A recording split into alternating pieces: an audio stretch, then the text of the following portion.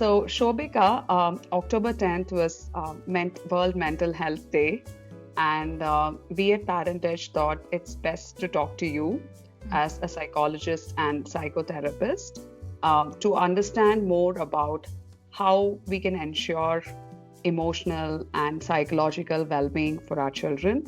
What are the biggest stressors that you see for young children up to 9 years of age? What do you think causes them mental stress? Okay.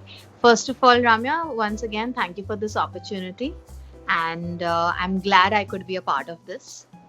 Now, to answer your question about what could be the major stressors for young children up to the age of 9 years, what we see is primarily for them, it is more about their friendships and what their parents are doing or not really doing with them, their perception of their friends and their parents. Why am I saying the word perception here?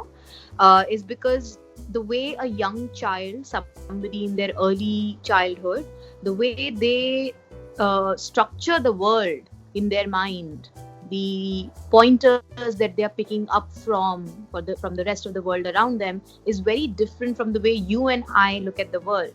So if the parents are working for to meet the needs of the child, you and I as an adult will understand that it's important for the parents to work. But for the young child, it's more going to be that mama, dada are not there when I wanted them to be there. That's where the buck stops.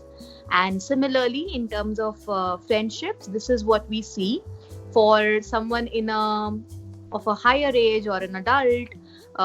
They can understand the nuances of why, for example, a friend is talking to somebody else's friend.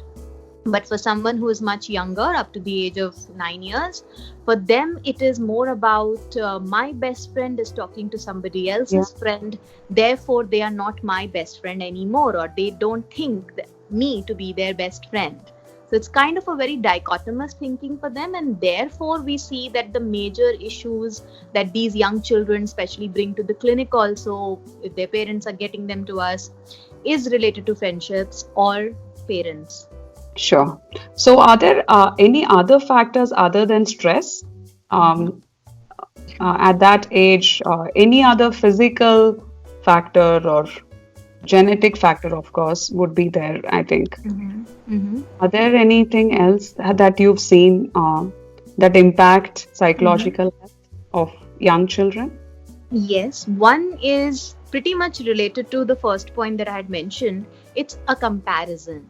Social comparisons are something that maybe because the parents did it, maybe because friends are doing it, classmates are doing it, or maybe the teacher may have said very casually that, you need to study like your benchmate is studying. So social comparison is something that children understand, and they also start comparing themselves to the other kids in their classroom or the dance classes, extra classes which they're going for. These comparisons don't get restricted to just what they see happening in front of them, but also what they think could be happening at the child's house. So for example, my parents don't give me everything I ask them for, but my friend's parents give him everything that he asks for. They don't know if that's true or not, but that's the message that they receive. And secondly, obviously, not trying to blame anything here, but technology definitely is a very major stressor.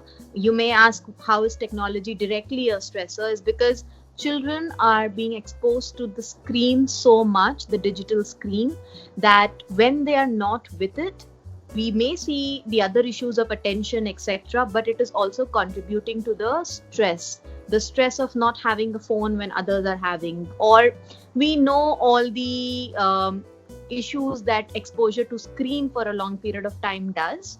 And that also affects the child. So technology use can definitely be contributing to the stress that children have. And kids as young as 7 years old are being presented in the clinic now when they are concerned about their social image in front of their classmates. So these are some of the other stresses. Sure.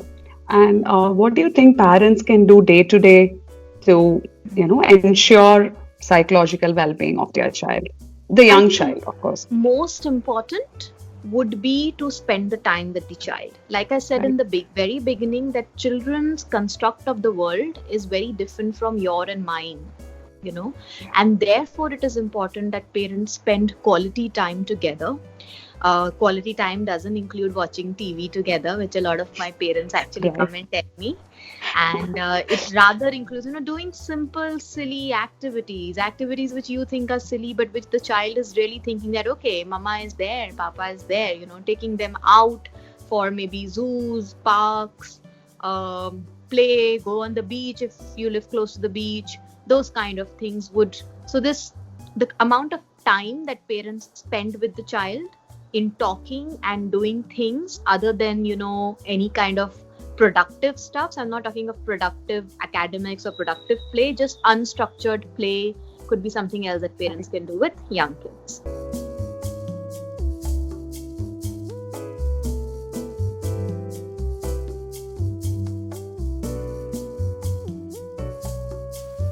If you liked and enjoyed the video and the content, please hit the subscribe button below and hit the bell icon to be notified of all new videos that we release on our channel.